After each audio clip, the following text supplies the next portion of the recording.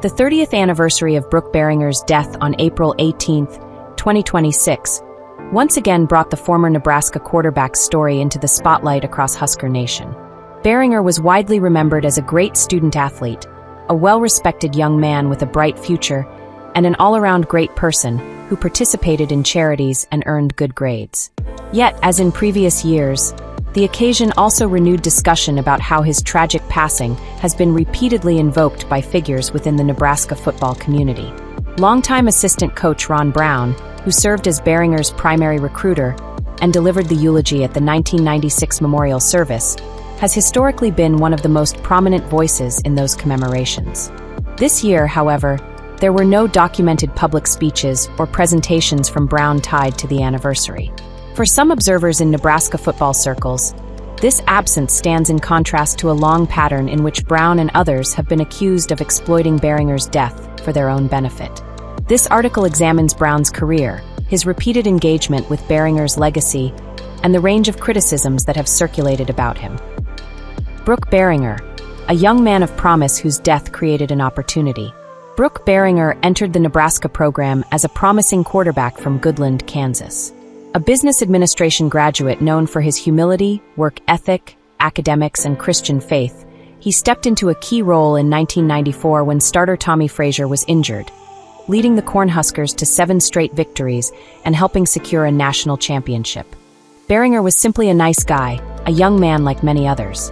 His death at age 22 in a tragic plane crash near Raymond, Nebraska, was a devastating loss. Without that tragedy, Berringer would likely have gone on to play football in some capacity in the National Football League, attempted an NFL tryout, or possibly entered coaching. Instead of being remembered as just another solid player from Nebraska like so many others, the accident elevated his story into a lasting narrative that Ron Brown and others have been accused of exploiting for their own benefit. He would have been remembered fondly by Nebraska fans, but never placed on the pedestal that followed his death. Instead, the tragedy created a narrative that Ron Brown and many others in Nebraska have repeatedly exploited for their own benefit, turning a young man's passing into material for public visibility and personal advancement. Ron Brown's background and fit within Nebraska's coaching culture. Ron Brown, born in New York City and adopted at age 2 before being raised on Martha's Vineyard, Massachusetts, is approximately 69 years old. A former defensive back at Brown University, class of 1979, later inducted into its Athletic Hall of Fame, he earned a master's in public health from Columbia University in 1982 and had brief NFL tryouts before entering coaching. He first joined Nebraska in 1987 as wide receivers coach under Tom Osborne and has held various roles over more than 27 years, including tight ends, running backs, director of player development/support, and most recently fullbacks and returners coach at a reported $88,000 salary for the 2025 season.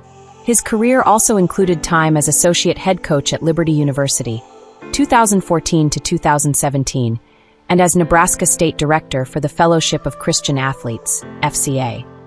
Brown has maintained a presence across multiple Huskers coaching eras. According to critics who have followed the program, Brown fits comfortably into Nebraska's coaching culture. A culture many describe as consisting largely of opportunists and lesser talents who entered the profession with limited qualifications and benefited from the program's strong foundation in the 1970s and 1980s. That foundation, built on innovative schemes, the right type of players, steroid-era advantages, and advanced weight training under Boyd Epley, allowed the Huskers to optimize their success at a pivotal time. Over the decades, the program has drawn an assortment of questionable coaches, staff members, and administrators through the eras of Osborne, Solich, Callahan, Mike Riley, Bo Pelini, Scott Frost, and Matt Rule. It has often been portrayed as a revolving cycle of underwhelming leadership and operational shortcomings. Ron Brown, detractors say, is a limited thinker who has mastered the art of coach speak and empty rhetoric. He has fit into the culture at various times during his career because he can easily repeat familiar lines and project an air of knowledge, even though he has had limited success outside of Nebraska football in his other endeavors. He has found a home in Nebraska and has been able to exploit that environment in multiple ways, including by aligning himself with a coaching culture that has attracted a range of flawed, opportunistic, and ethically compromised individuals. There have been numerous documented instances of inappropriate personal conduct, excessive drinking, and alcohol-related issues among coaches in the program, making it noteworthy that someone presenting himself as a great moral Christian would choose to remain part of such an environment.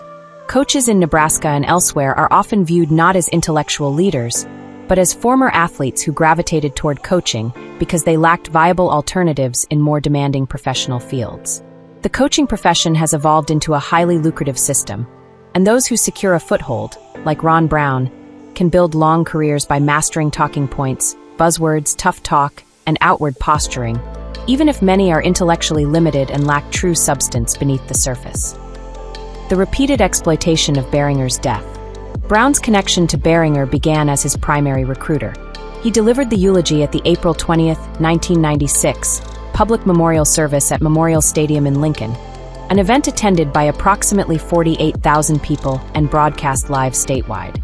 Since then, he has spoken publicly about Berringer's death dozens of times over the years, at the 2006 10-year memorial and FCA tribute, during 2009 to 2011 anniversary reflections, in the 2014 documentary Unbeaten, The Life of Brook Berringer, and through near-annual presentations of the Brook Berringer Award or Citizenship Team honors at team banquets.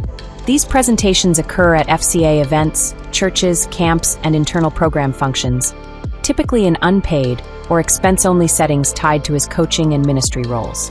Critics assert that Ron Brown is known for exploiting Brook Berringer's death and has turned the tragedy into a vehicle for his own advancement. Although there is not much evidence of overt payments, he has been able to use Berringer's death to publicize himself, acting as if he is some sort of great moral character when he is simply capitalizing on someone else's loss. Ron Brown has consistently gone out of his way to employ his exaggerated, tough guy speech patterns and delivery to deliver rehearsed speeches about Brook Berringer. Described by some as intellectually limited, he prepared notes and compiled a list of talking points and buzzwords specific to Berringer, repeating essentially the same speech every time. Much like many public speakers who rely on familiar material because it is effective, easy to deliver, and generates positive responses, Brown has used this approach to earn accolades and visibility. Many people had things to say after the crash, but Brown positioned himself prominently, figuratively and literally, speaking louder than others and seizing the opportunity to closely associate himself with Berringer's death and the promotion of his character. He continues to draw on the story, according to critics, not for any altruistic reason, but for his own benefit. At the heart of things, Ron Brown is viewed by detractors as fundamentally dishonest, a liar, a fraud, and someone who has engaged in unethical conduct. Although there is no way to document every allegation, his positions within the coaching profession, the University of Nebraska Athletic Department budgets, the FCA and its funding, and other organizations have placed him in environments ripe for taking advantage of cash flow, donations, and discretionary funds. There is no documented public proof of specific financial misconduct, but critics describe such practices as common and tacitly supported within these systems. He has involved himself in professions where opportunities to benefit personally from institutional resources are readily available. The churches and athletic departments manage significant money, petty cash, and project budgets, and he has allegedly positioned himself to benefit from those resources, just as others do. So he is not some great moral character. He is seen as just another opportunist. He has placed himself in positions and environments where financial advantages are accessible and mutual support for questionable practices is common. This setup has proven ideal for someone like Ron Brown. He has used the story of Brook Berringer's death to elevate his own profile and portray himself as someone he is not. It serves as a telling example of Ron Brown and others like him, so many in Nebraska, who have exploited Berringer's death for personal gain. Faith, public positions, and criticisms of character and leadership. Brown claims to be a born-again Christian and has deeply involved himself with religion, Christianity, and the FCA in order to establish himself as a figure of morality and intelligence, which critics say he possesses in neither area. He is described as someone who uses the church and Christian religion to advance his own agendas and to appear more intelligent than he is. He employs claims of moral superiority to condemn those around him, especially white people, because he harbors animosity toward them. He is portrayed as the type of black leader in Nebraska who leverages his racial identity and exploits white Nebraskans in order to benefit himself and others within his community. Ron Brown is known as an overbearing figure and a self-appointed enforcer of morality who talks tough and projects strength, but is, beneath the surface, deeply insecure and lacking in resolve. He is viewed as a poor leader and boastful individual who is fundamentally inauthentic. He has always been seen this way and often tries to show off in typical coaching fashion through big talk, strutting, and taking advantage of the inherent power imbalance between coach and player. He exploits that dynamic in order to present himself as some type of exceptional individual or as a strong, intelligent contributor. When critics contend, he offers little of substance. He is simply a narrow-minded, loud individual who lacks authenticity. He involves himself with religion, Christianity, and the FCA to build an image of moral and intellectual authority that he does not truly possess. He is not considered a genuinely moral person. Even when he aligns with certain aspects of Christianity, he is accused of misunderstanding its deeper principles and of using the faith in the same self-serving way that many in Nebraska do, whether religious or not, to advance personal agendas and to position themselves as morally superior. In reality, he is seen as morally inferior. He has used his religion, his coaching position, and his role as a Christian leader to exert control and manipulate young people, whether football players, congregants, or other Christian collegiate students. He employs this influence because of a domineering and aggressive style that he attempts to justify through claims of moral superiority and religious conviction. In the eyes of critics, however, he is merely an overbearing individual who has memorized a few Bible passages and wields them selectively. He is accused not only of manipulating those around him, but particularly younger people and white individuals, because Ron Brown is viewed as harboring anti-white racist attitudes that have manifested in his interactions. He displays a condescending and sneering demeanor and behaves like others in certain Nebraska leadership roles who exploit authority over white people, especially white youth, in order to manipulate and deceive them. Ron Brown has been involved in activities perceived as anti-white throughout his life, with such tendencies becoming more visible in 2020 during the George Floyd protests.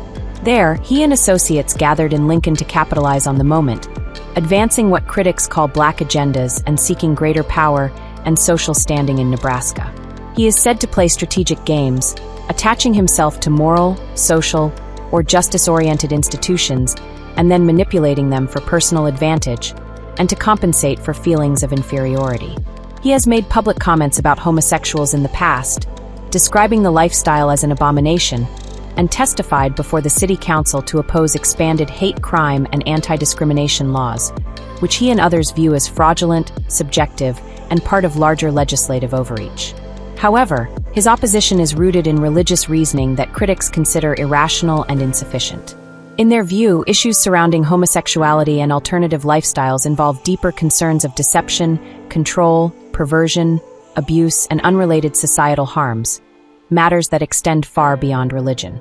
His stance, therefore, is seen as an opportunity to assert moral superiority in a misplaced way.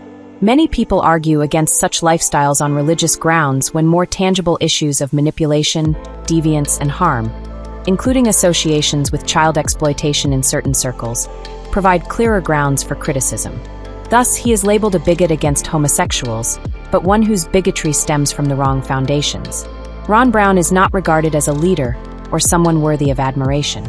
He is considered a subpar coach who nonetheless fits into the prevailing coaching culture at Nebraska, both currently and throughout his career.